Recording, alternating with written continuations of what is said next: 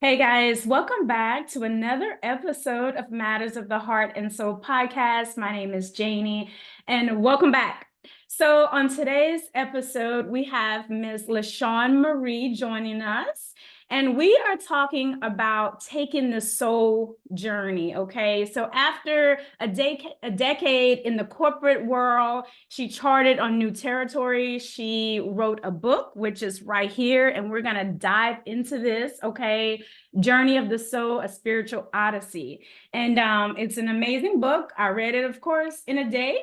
And I was like, let's dive into this book on the podcast. So, LaShawn, welcome to Matters of the Heart and Soul. Yes. Thank you so much, Jeannie, for allowing me on your awesome, beautiful platform. Thank you so much for sharing me today. Absolutely. So, just kind of tell everybody a little bit about yourself and how did you go from corporate world to the soul journey? Wow, it's been a beautiful journey, if I can say so myself. But just a little bit about me. I grew up in a small town, um, very small, and I always knew that as a kid I was different. I knew that I had a calling, but of course, when you're young, you don't really like think about that stuff.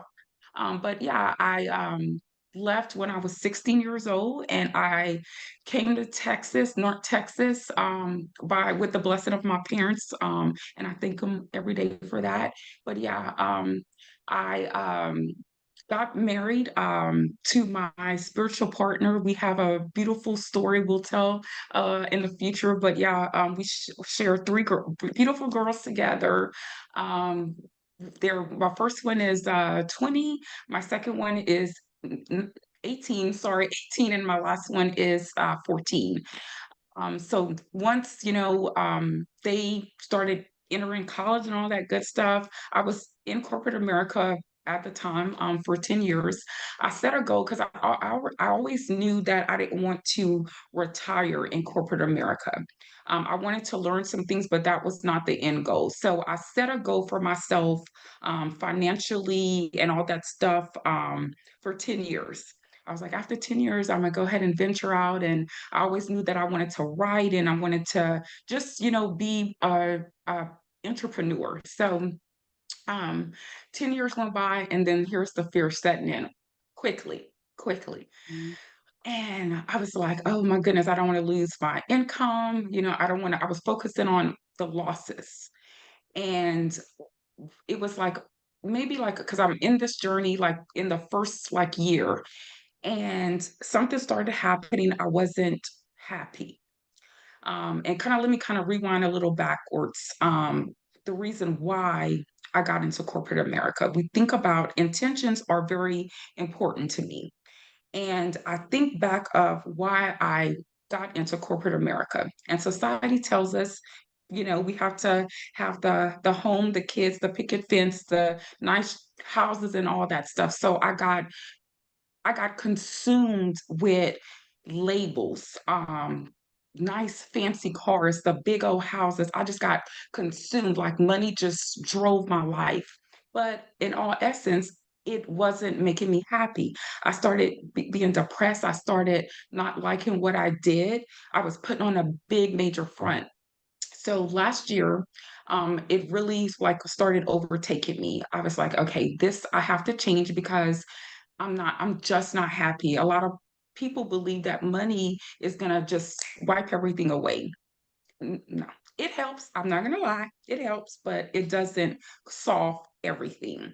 So one day we were working from home, and I was on vacation, and I would go outside in my balcony and I would meditate, do my meditation, my yoga, trying to get all zen. And I started writing my book, like my manuscript, and something was just speaking to me, like it was just pounding hard. Like we gotta embrace it. You gotta open that door. I understand you're scared, but there's so much joy behind the door.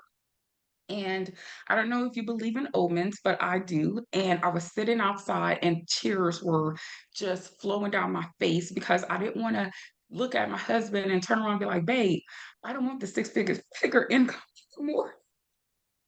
But from just going through all that, just crying, and all of a sudden I look up with tears in my eyes.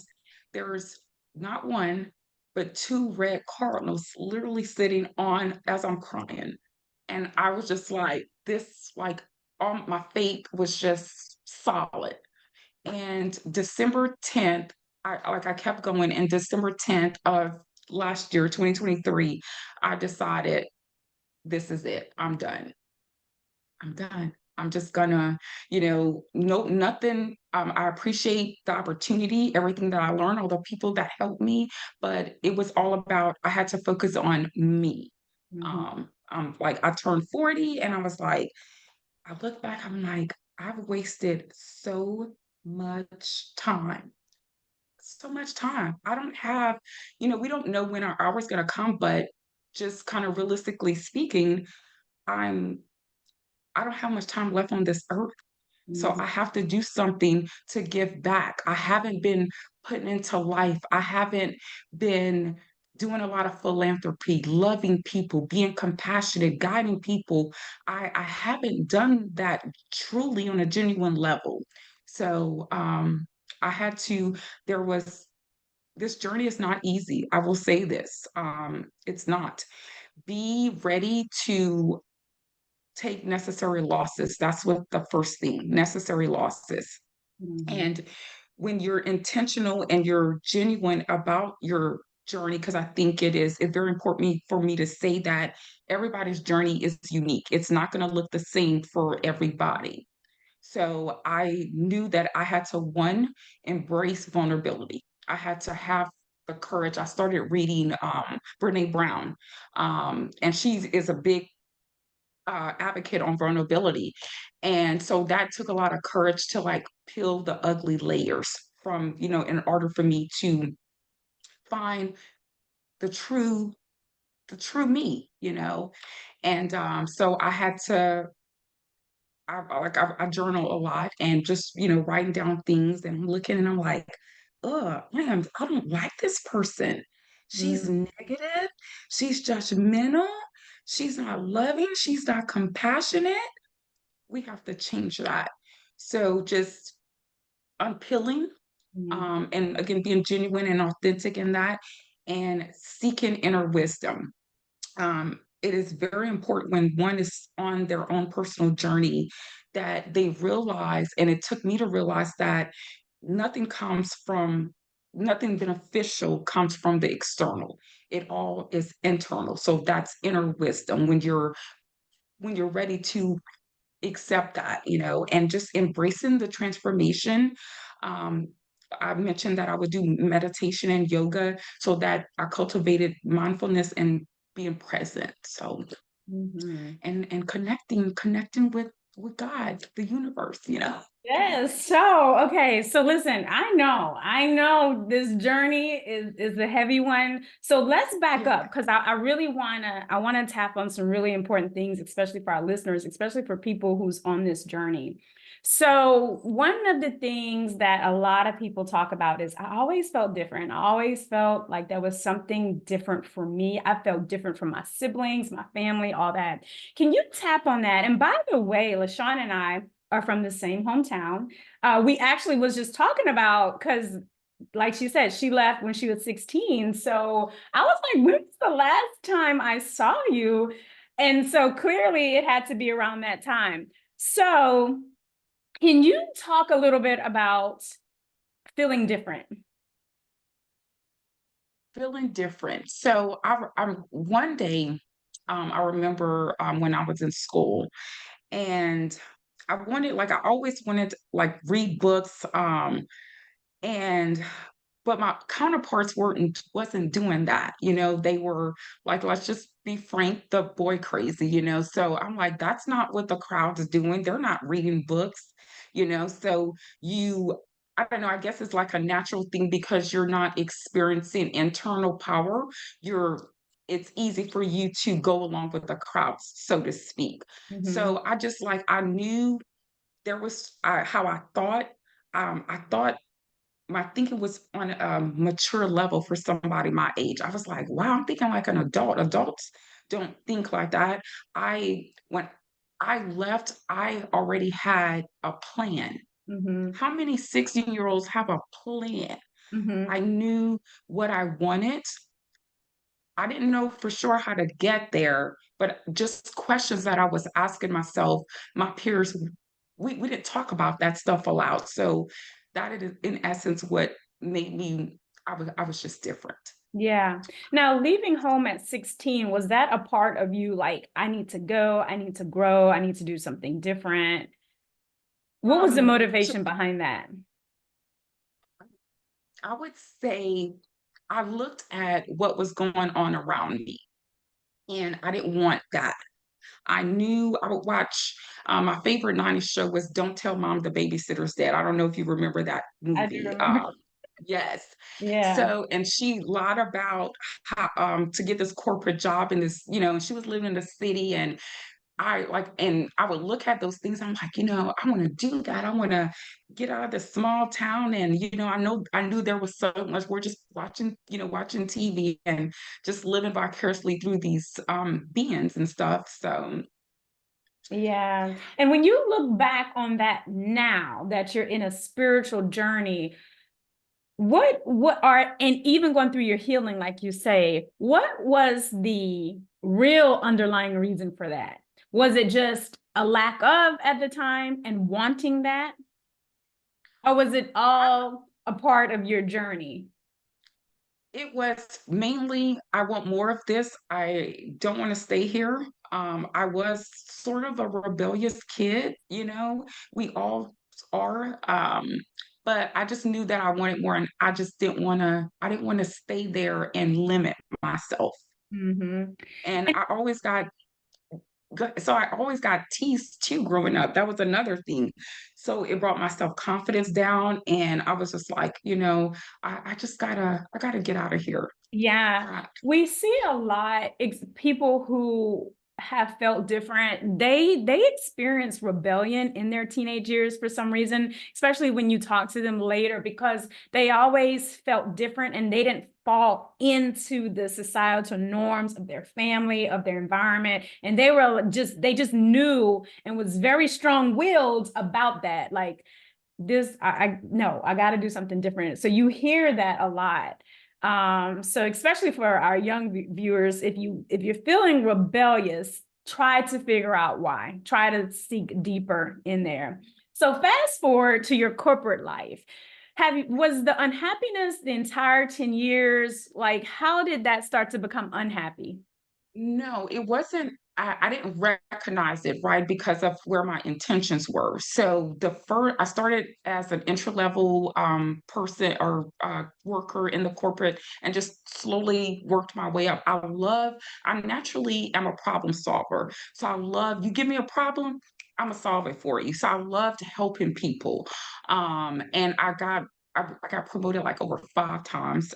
Every year I would get promoted, and it was just like you give somebody $100 and like, what do I got to do to get more? And just going. But I still essentially loved what I did. I love the people that I work with and the clients that I worked with.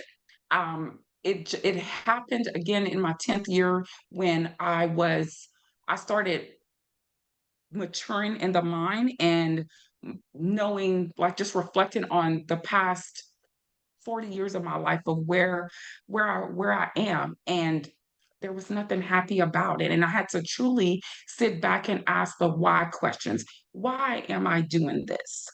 And when I started answering those questions, it wasn't looking good. Why am I doing this? Am I happy? And it was all cons. Mm-hmm. I Mm-hmm. maybe have like 3 pros on the list. So that's that that affects your mental health. That could lead you into anxiety, depression. So it was important that I step away, even though I was scared and I was again thinking about losses and all that. But I knew that I had to have faith. I know people talk a lot about, I'm stepping out on faith, I'm stepping out on faith, but to truly step out on faith is it's different. And I've just going by faith. intentional, responsible faith. I'm not just sitting here and be like, oh, universe or God, just, bring it down, but I'm, put my faith in action as I go. So, hmm Do you believe that surrendering moment for you was that day you were sitting outside crying and oh, you were yes. just at that moment, you knew something had to change. And then when the red birds came, was like, that's it. That's the sign. That's my sign. That was my omen. Yeah. That was my sign. Because I read another, and a lot of people talk about this when you're on journey, you're trying to find yourself. We start leaning to personal development literature or material. So there was a lot of great wisdom that I received in those self-help books. And I didn't know what it meant to truly surrender, and that was a challenge. That was a Yeah. challenge. Let's talk about that because surrendering is literally you surrender your will to the will of the divine. And that's hard because the ego, we've developed this ego through our titles, our jobs, all the things, right? All the things that we think would make us happy, like you mentioned in the beginning. So tell me about your process of surrendering because it doesn't happen immediately. Like, okay, I got it. Can you tell me your process of surrendering? Because I think that's the hardest part. I think when you finally surrender, when you finally let go, all the doors, all the people line up, all the resources, all the tools, everything come to you, everything. But it's that fight, that internal fight, is really between the mind and the heart. So how did you eventually just say, I'm done?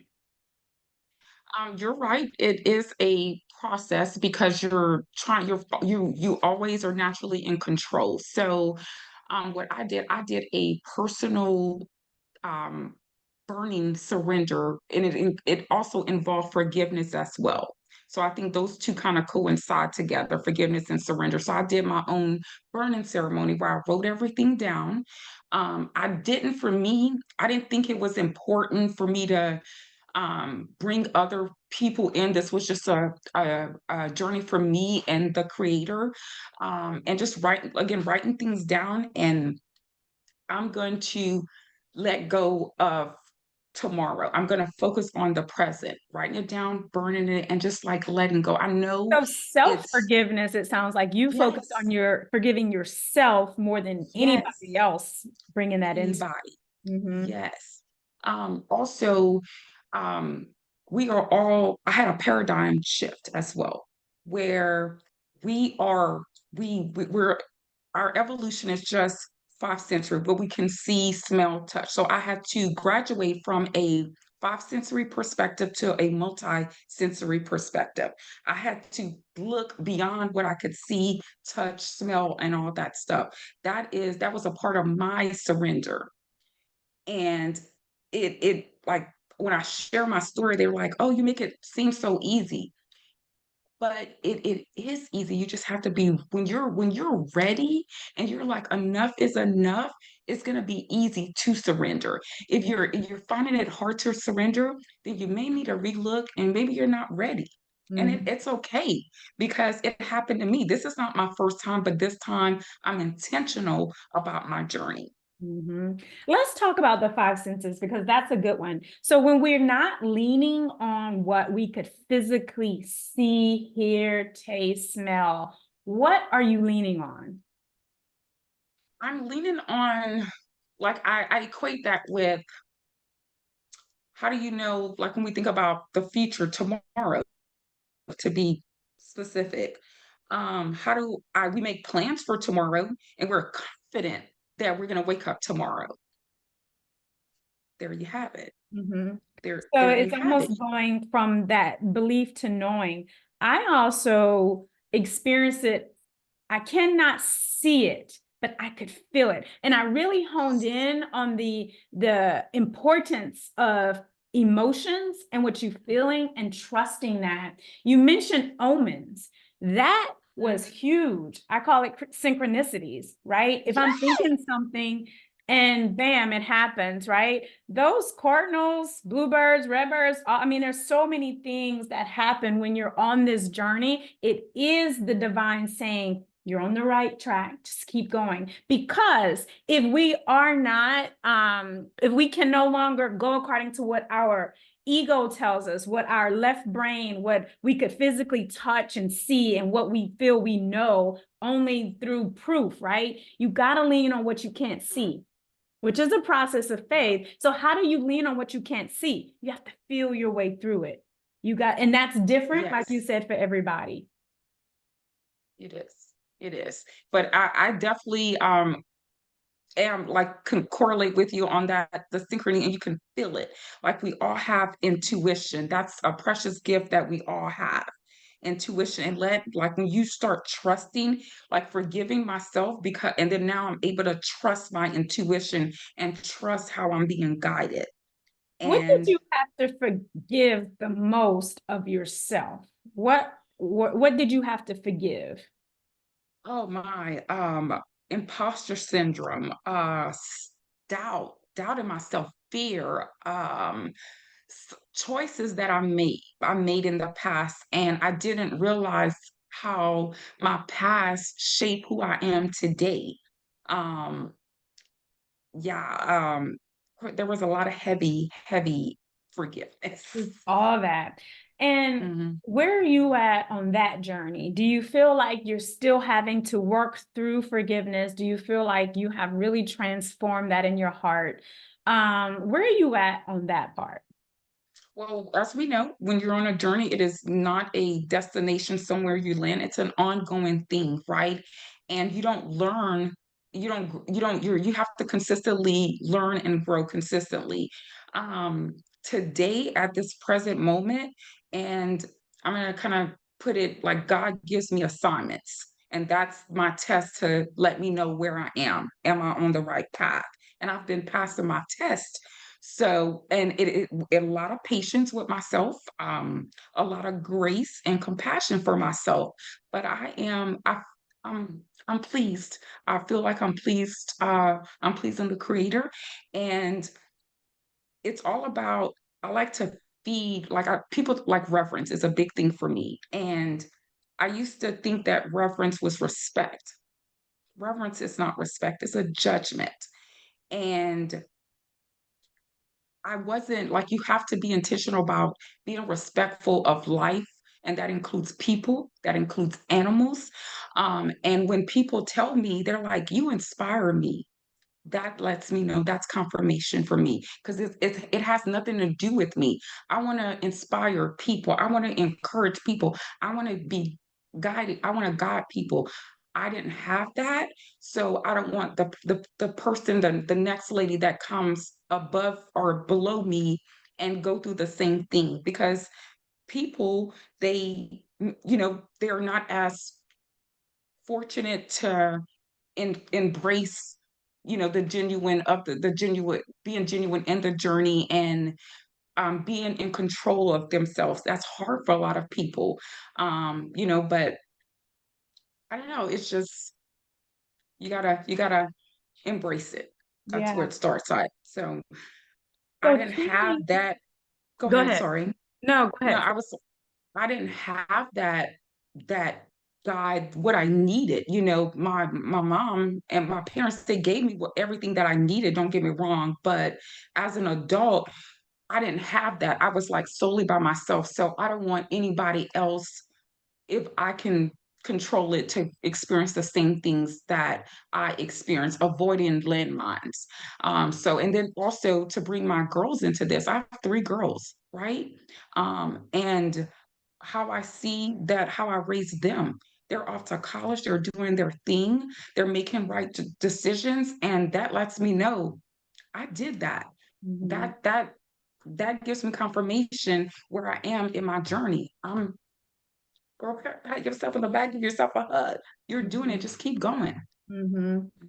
And that's important because who we are, our consciousness level as parents, because people can't give you anything that they don't have. So it's important to forgive yourself and to forgive people, your upbringing, how you came up along the way, I realized it was all a part of the plan.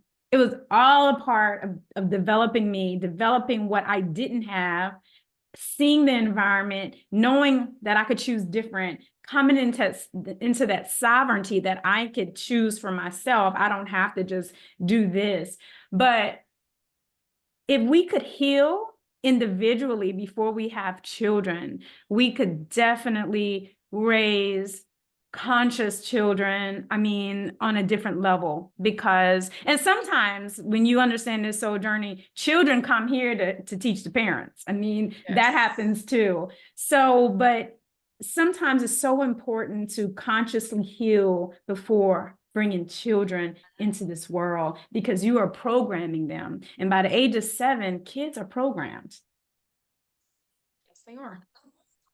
Yes, they are. Yeah. So I want to talk about your book. All right. Let's switch gears a little bit. So literally just this past December, you went ahead, was like, I'm done with the corporate, dove into the book, going ahead, got it, published and all that. So what does this mean for you? Is it like that? This is my out. This book is like my out. This is my transition. What is this book putting it out in the way that it is, the way that it's written? What does that give you on a deep soul level?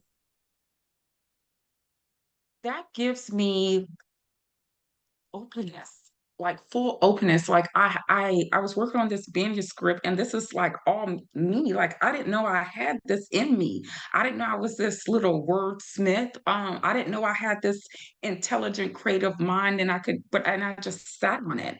And it was just I wanted everyone to experience, because I've heard of a soul journey, but I didn't know what it was. So I wanted everybody, especially women, we're all on a path to search for something. And we all have a purpose. And I want everybody to find their purpose because it's so, so beautiful. Once you get out of the world, and I had to get out of the world and look past again what I could see. So that's what I'm offering in this book. Sarah, the character name is Sarah, not to give a lot, but Sarah, she every woman can relate to Sarah, I believe. Every woman. And throughout the chapters, she's the first chapter, she's in her calling. The calling is speaking to her just as me.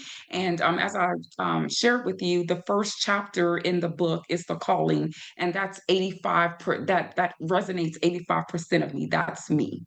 And she's as she gets the calling, and she's in her meditation, and she's like, she is living in this apartment, and she's just surrounded by the labels and the designer furniture and all that stuff, and she wasn't fulfilled. And she had to make the decision. She didn't want to lose her money. She wanted to, but in order to get on the journey, she had to surrender. She had to have faith. And Yeah. she, And I love the book. Sarah goes on a journey around the earth. And yes. I could relate to that particular journey because I spent a good decade traveling all over the place. And I didn't know at the time, but I was unlocking sacred codes, DNA, everything within me, right? So I felt this oneness, I felt this expansion, I felt all of this for a very long time. I just didn't connect it with, oh, this is what the divine, this is God.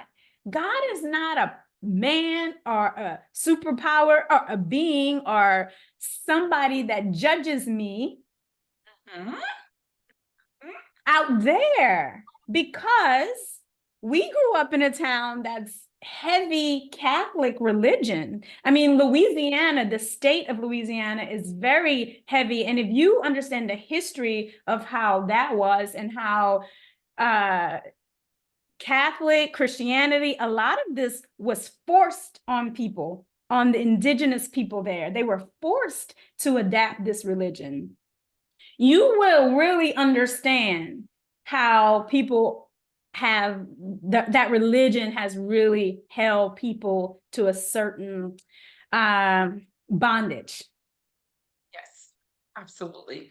Um, I tell people a lot, they've like being raised in that. I always remember like it's a to me, it's like it was so judgmental. Like you do this, you're going straight to hell. Like, wow. I'm okay, then what's there to live for? So that damaged me and damaged my brain cells for a long time, So I agree. I definitely agree. Yeah, and Sarah, like we were saying, Yeah. the character in the book, she takes this journey in so many beautiful places in the earth. And she understood that all of these places were a part of the divine. So my question to you is, how are we all connected to the earth? How are we The all connected to the physical. earth? Our souls. Our souls, our energies, we are all connected. Yeah. Mm-hmm. We all come from the ground. That explains our connectedness. We may see that, like, obviously a baby is born in a woman's belly, a womb and belly and stuff, but essentially we are all I feel we're all connected. um from the ground. We are our souls, our energies. um we just experience different things. That's why I always say I'm just, when I'm going through things, I'm a soul having a human experience. That's it. Exactly. Because Sarah in the book, I mean, she went to Egypt, she went to the Sahara Desert, she went to Marrakech. India, yeah, all of these places. And she could, and not only that, but all of these places were one and the same, but she also picked up a little spark of individuality as well. So I Yes. see that as who we are as well. We're all sparks of the one God, the one divine energy, the infinite intelligence, whatever you want to call the energy that connects us in that oneness. But we are all individuals. So we look different. We talk different. We express different. We may embody that energy different. Masculine and feminine is also two different energies, but together is the oneness, is the one Yes. source.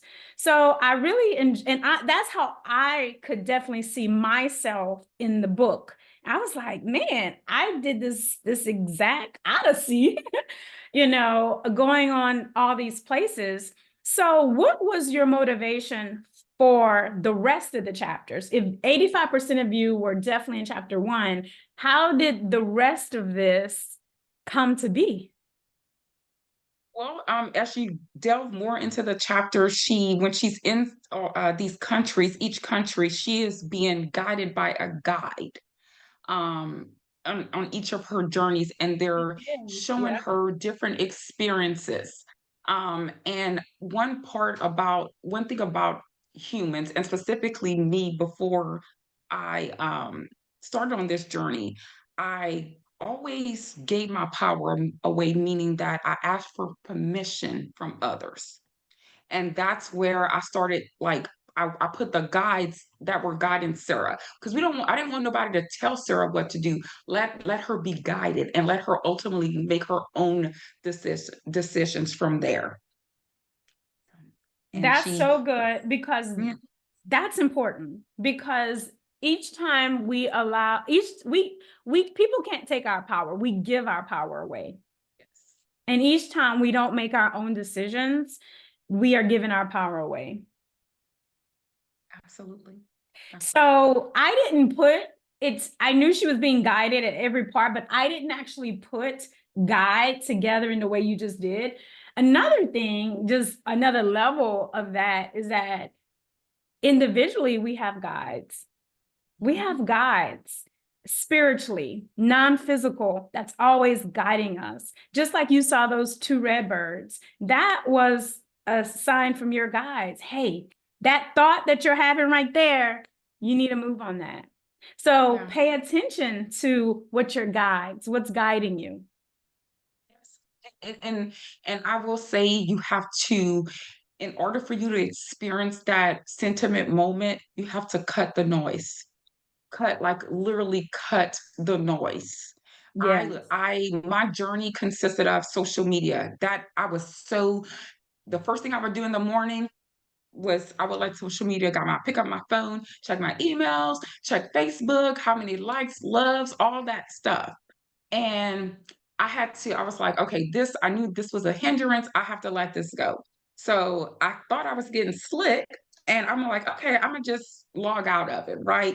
I was like, girl, no, let's be honest. Let's go ahead and delete the app off your phone so you won't be tempted. Mm-hmm. So I deleted the app, just like any distractions, any noises. That also meant friends. I had to lose them, um, and I called them necessary losses, which was okay.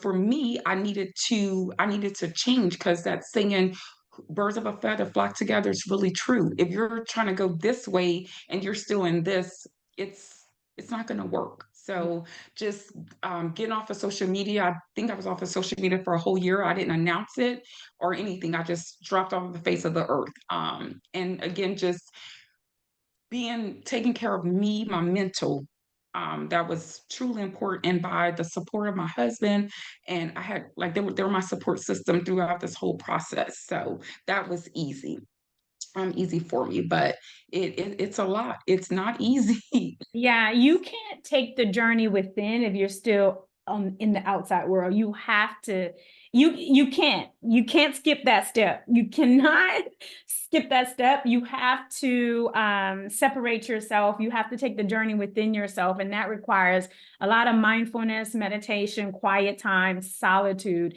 And I like to remind people that alone time doesn't mean alone, it's solitude, because you could also be around a whole bunch of people and be very lonely. And just like LaShawn said, I agree. You have to let go of the things, the people, the habits, the thoughts, the actions that no longer serve you, because a higher you, a higher version on this soul journey is trying to birth itself, is trying to emerge. So the things of the lower nature, your lower self, has to go. It has to go. It just has to go. Has There's to no go. way, because there's a birth that's trying to take place, and you can't remain and hold on to that old version. And I think as women, that's hard. That could be hard. But I usually tell people, let the old version go gracefully. It's okay to actually do a mourning, or I don't want to say a mourning, but a RIP type of ceremony. I loved you. You served me well. Girl, you did this, and this during that time. Now I must answer to the new call. And we have to move, and I call that moving through the classrooms of life gracefully. We can't stay in the third grade our whole life. We got to go to the fourth, got to go to the fifth. And you might have had a wonderful third grade. You loved all your friends, but you got to like keep going, keep going. You got to graduate. That's it. That's it. That is it. So I want to ask you, with all of that, what is a spiritual awakening to you at this point in your journey? What does that mean if you could put a definition to that? I'm gonna just wrap it up.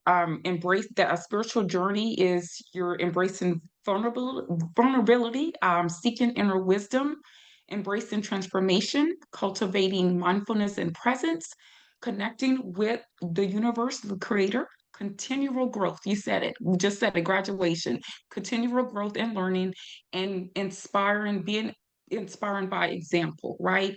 You want to practice what you preach.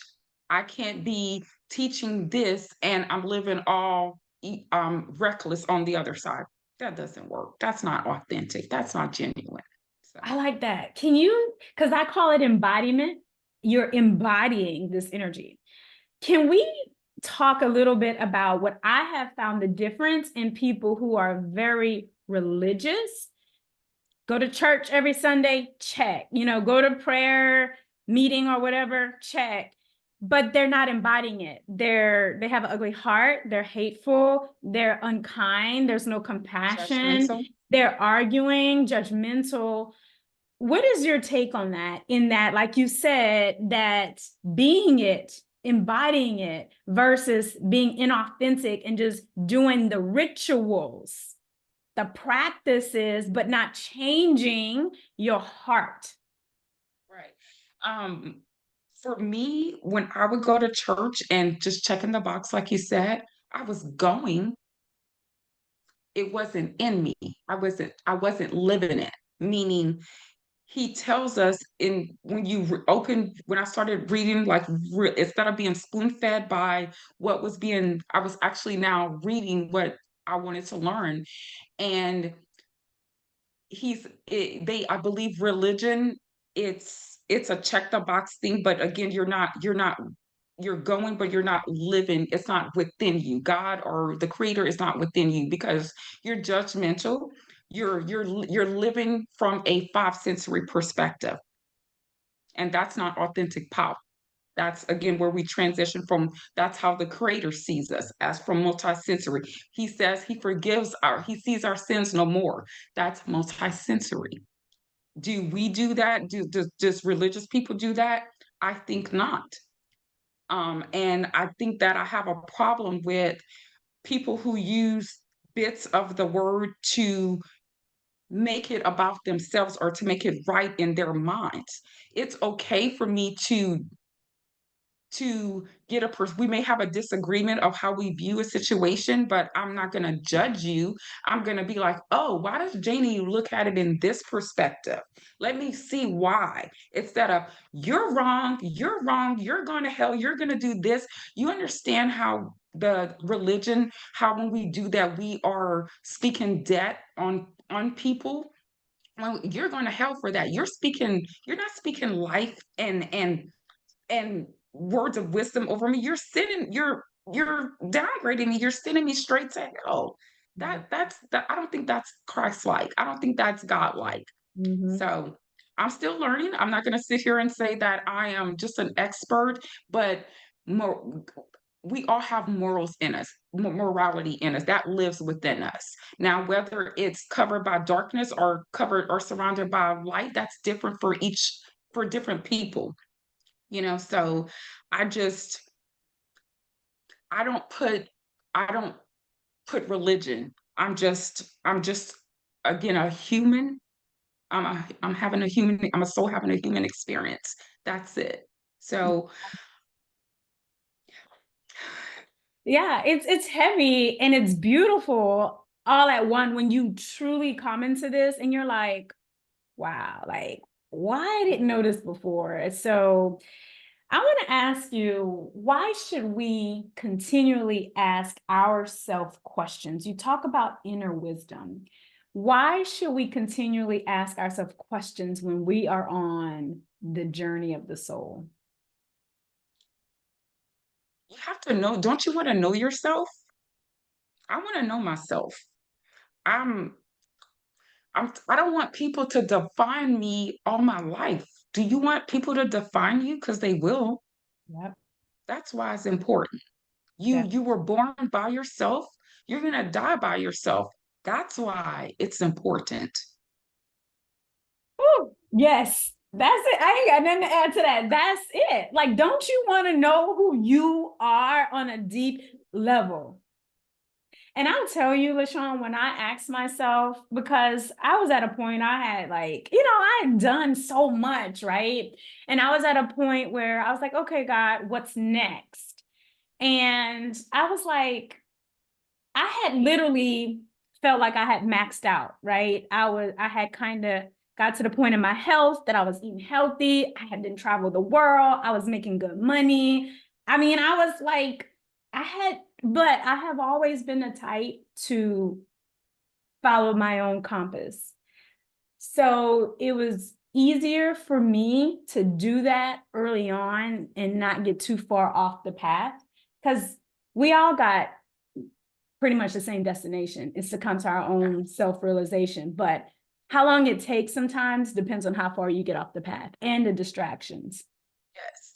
And I also think you were talking about how the brain works. That also plays essence into when we're ready to evolve too. Because I don't think I was like, my brain capacity was nowhere, it wasn't evolved as it is from when I was 25, you know? So I think like that has a lot to do with it too. So Yeah, and spirituality and science is really one and the same. yeah. Because I call it sacred science because we've been taught to believe in things that are not there. But truthfully, spirituality can prove itself with sacred science. We just have to understand how it all works. And that was a journey for me in the health. Like, okay, this is spirituality. This is what can be proved. How do these things bridge? And that was a whole nother journey. And it's been beautiful because I understand the left and the right brain. I understand hemisync that.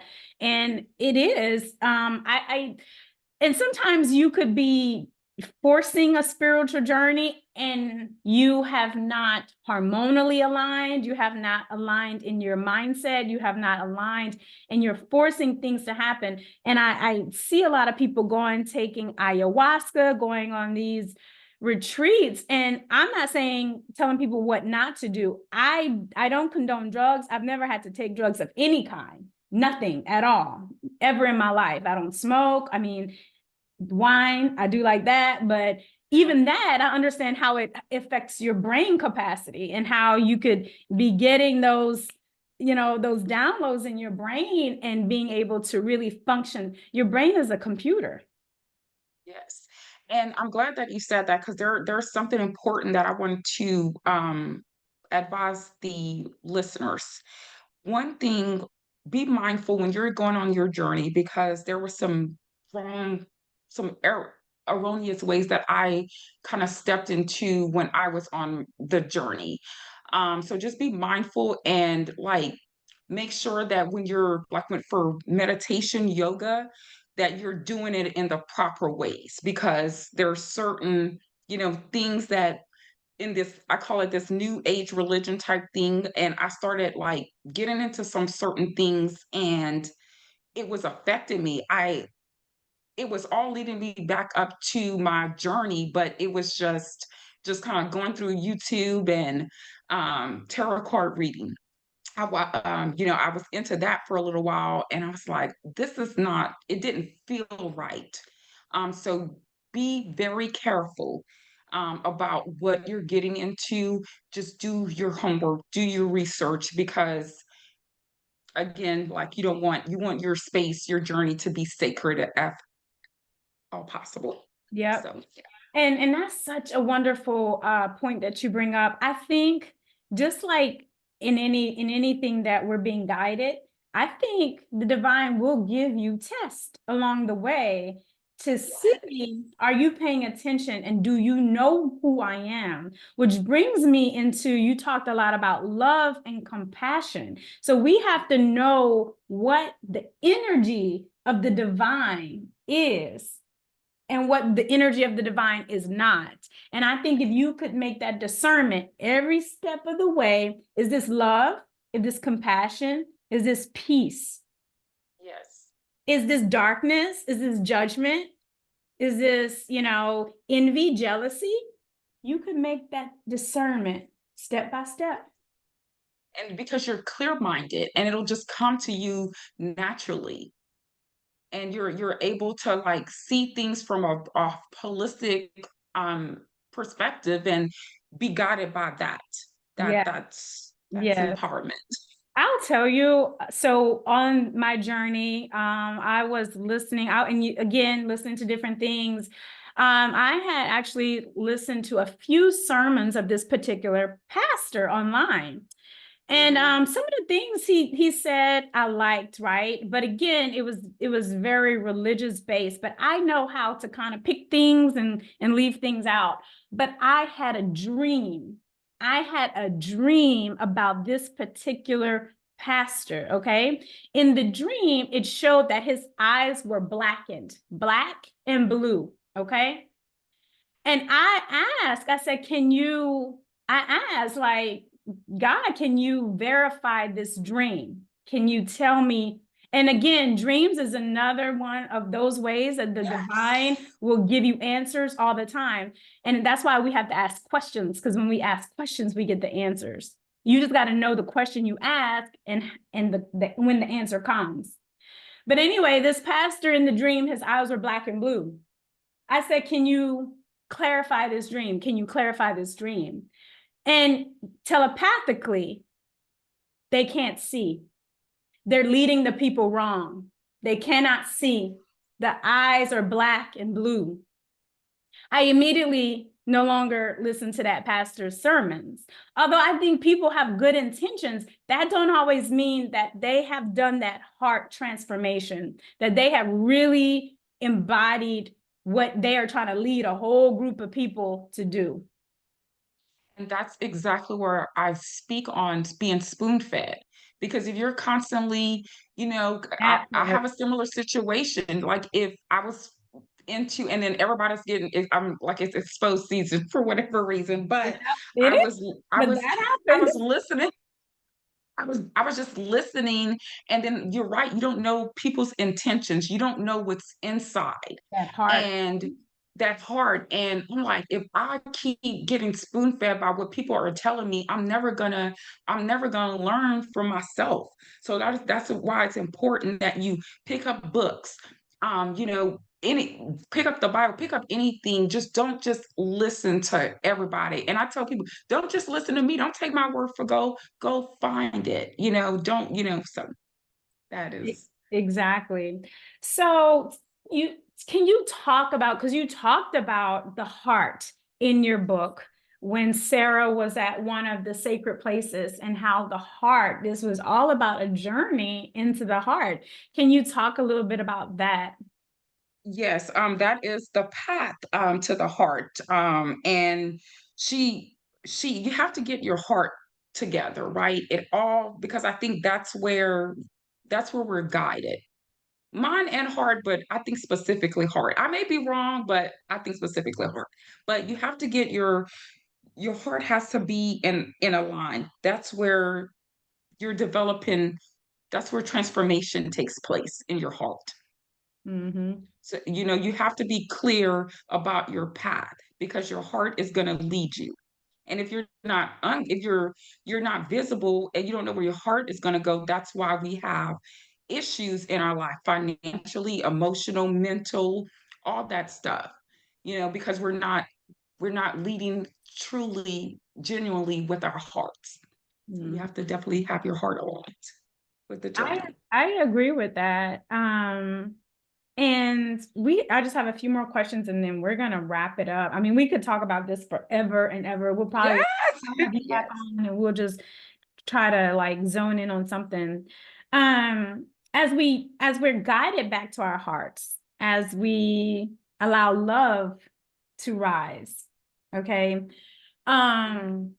What is your understanding, where you at right now, in how the feminine energy will play in this awakening, in all women in Well, this? yeah, all women. A feminine energy, our energy is so powerful. I myself, I'm very careful because I think our feminine it's a beauty that should never be cross boundaries into an alpha sector. We're we're we're emotional beings. That's part of our evolution, and we make do with anything.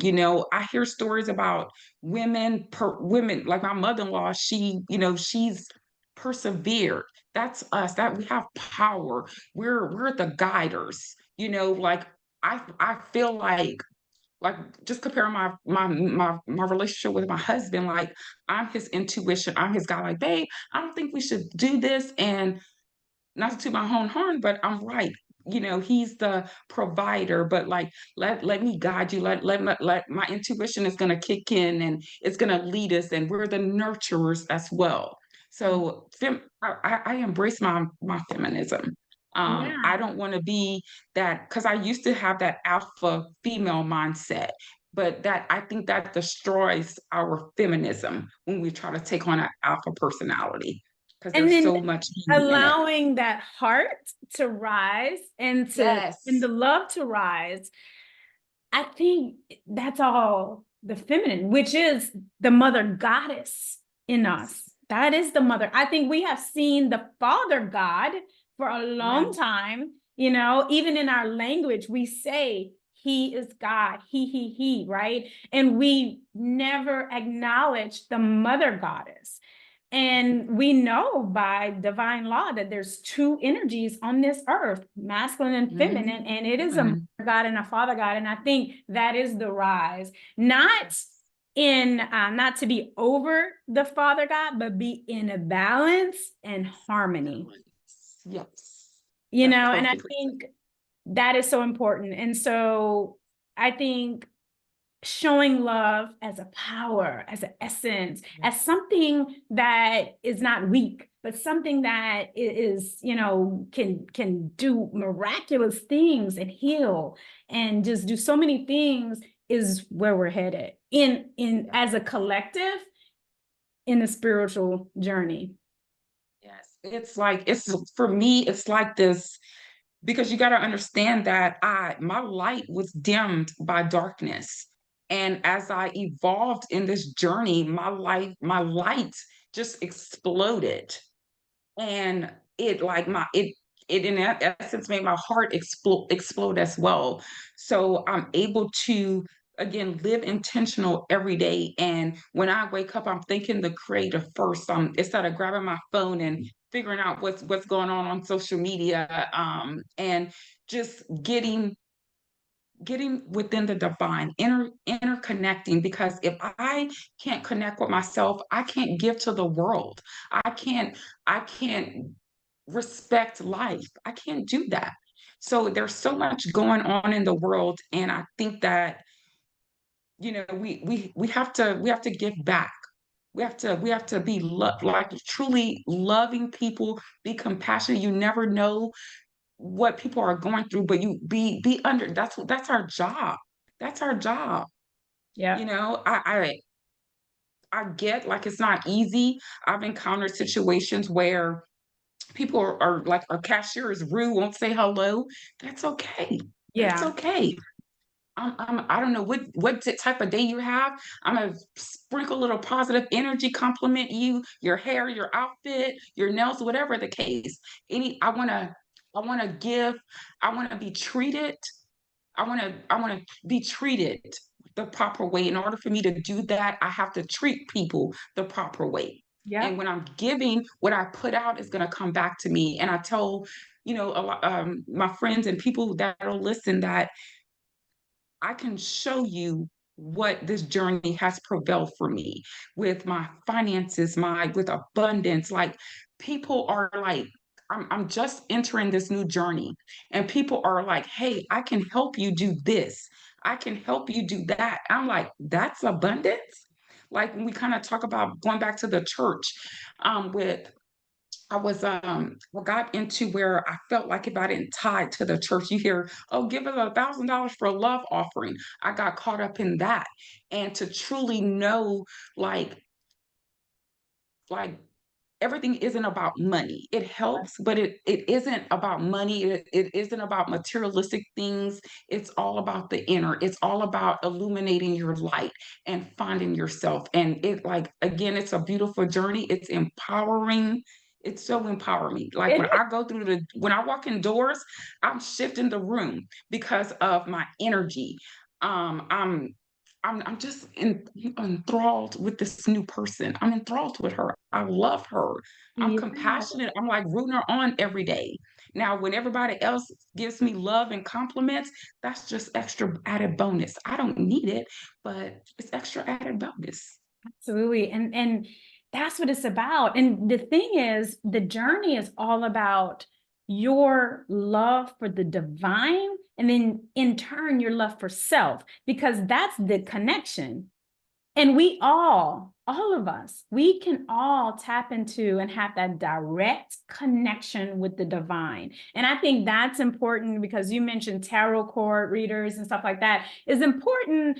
I don't knock what people do. I'm not saying people don't have spiritual gifts, but I'm saying always remember you have a direct connection to the divine. I found that when people start a spiritual journey, they may go into these different rabbit holes because out of curiosity, they're seeking there. They know there's something that they're trying to get to. They don't know how to get there, but there's all these things that you start to uncover. And at the end of the day, it is to come into unconditional love for yourself and the divine. And then when you anchor that down, you radiate that out. And like LaShawn said, that light will be everywhere because everything's light. Darkness is just there because light has not come in. That's all. That's it. And if your darkness is this big, the more light you allow, that darkness just goes away. It just goes away. Yeah. And I wake up like it's peaceful. It's literally heaven on earth. Mhm. Like at first I would feel bad for waking up happy all the time for no reason. Just like it would be it's like gray outside today. And I'm Yeah. like, it's sunny, like, and I had to quit feeling guilty because that's what he wants, that's what the divine wants from us, Don't be focused. We're such a consuming world where we want to consume and get stuff, but like once you let that stuff go and you realize that it's not important because you can't take it with you. You can't take it with you. Yeah. Your soul is gonna go with you. That's Yeah. what's gonna go with you. You're only going to be able to take the love and the light that you've given. And I think it is really about transmuting. It is turning that fear into love and that darkness into light. That's what it all is. And it lies in our beliefs, our thoughts, our mindset. We do have to change our thinking. Like if you lack self-confidence, you have to change that. You have to figure out where it started. Like if it did start in your childhood, that somebody in your family kept telling you XYZ, were you teased? Were you, and you that was heavy and you lost the self-love. You have to go back and get it. Yep. And you'll find it in the wrong places. That's If yeah. So, LaShawn, today at the recording of this podcast, what would you say is the greatest matter of your heart? that I'm doing what I say, that I'm doing what I say, and that my intentions I always know the intention, and it always comes from a great place.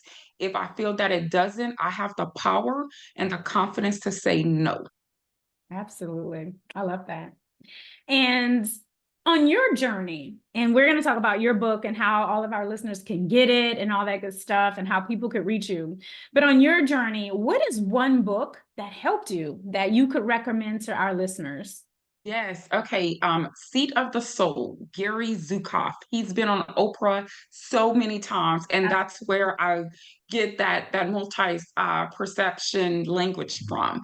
It made sense. It was like get the book, get Yeah. the book, and I've read it like I read it like I think I'm on my third time reading the book. Yep. That's a good So one. yeah, That's a really yeah, good one. And I think had I read that book before I was ready, I would have been lost. yeah, yeah. But I think things come along in our journey when we're ready for it. So tell our listeners, how can they get Journey of the Soul, A Spiritual Odyssey, your book? And it's a great, beautiful read. I mean, she has a beautiful way with her words. There is a such thing as I forgot automatic writing, because when I write books, sometimes I go outside and I'm asking, what else do I need to put? And the downloads come and I'm trying to write it as fast as it's coming down. So sometimes those gifts, those spiritual gifts come on board and you got like all these books in you and you're like, wow. So Yeah. How can people get your book? Right now, you can find me on Barnes and Nobles. Um, that's where I am right now at this very moment. Okay. Yes. And how can people reach you? And what are you doing right now? What are you doing now that you So, the corporate world? What are you doing? when I looked after I completed the book, I was like, and even in my personal, I'm like, because I'm asking, I'm like, what can I do next? I am ascending. And I'm like, okay, that doesn't sound right. She ascends.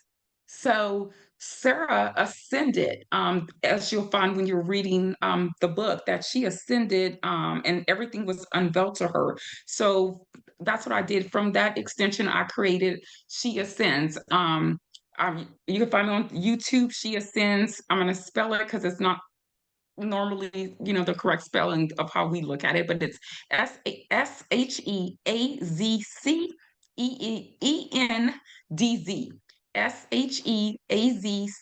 SHEAZCENDZ. She Ascends. That's my YouTube channel. That is my Facebook, my TikTok. Just type it in and I'll put you'll it in find me the there. notes as well. I'll put it in the Yes. notes. Yeah. Thank you. And I'm actually working on because I've finally got my certification for coaching, and I am going to guidance. I got the call for guidance. That's to guide people. So that's what I'm going to do. That's what I'm working on, and it's going to evolve to She Ascends Coaching Academy. Well, awesome for you. I wish you all the love, all the luck, all the success. But as we know, we're creating this reality. We only can win or we learn, we never lose. So I have no doubt that you're going to be guiding people on their spiritual journey. And what I've learned is that it's so important that we wake ourselves up, we heal ourselves, because it is our duty and our mission here to help other people awaken so that we can raise the consciousness on this planet, so that we can get what we really, there's so much waiting for us. If we could raise our consciousness, if we could get beyond war, we could get beyond race, we could get beyond the hate and the things that has held us bondage and religion that has held us bondage for so long, and embody, truly become love. Yeah, love. It's all about ascending. Exactly. She ascends. He can ascend too. Yeah, he can ascend too. Yeah. So, guys, this has been another episode of Matters of the Heart and Soul podcast. LaShawn, is there any last closing remarks you want to leave with our listeners? Yes, please um, give yourself grace and don't compare your journey to anyone else because yours is only unique to you. Yeah, that That's is it. so true, guys. That is so true. So, this podcast is inspired by love, relationships, spirituality, justice, culture, family, children, finances, freedom, personal growth, energy and vibrations, universal principles, health, education, masculine and feminine energy, music, and all things of the heart and soul. Our mission is to connect our hearts and our minds for perfect alignment. We appreciate you guys for liking, subscribing, and sharing. And LaShawn, I appreciate you. This has been a very energizing podcast. I'm always energized when I could speak on a heart level, heart to heart, complete vulnerability, complete openness. And it's so important that this is the energy that we could put out in the world. And I'm just grateful that you are here on your journey. And if I could ever be of any assistance, please don't hesitate to reach out. Thank you. You're so sweet. And thank you again for having me on your platform. Absolutely. And LaShawn, just hang out. I'm going to end the podcast. So, guys, take care, and I will catch you guys next time.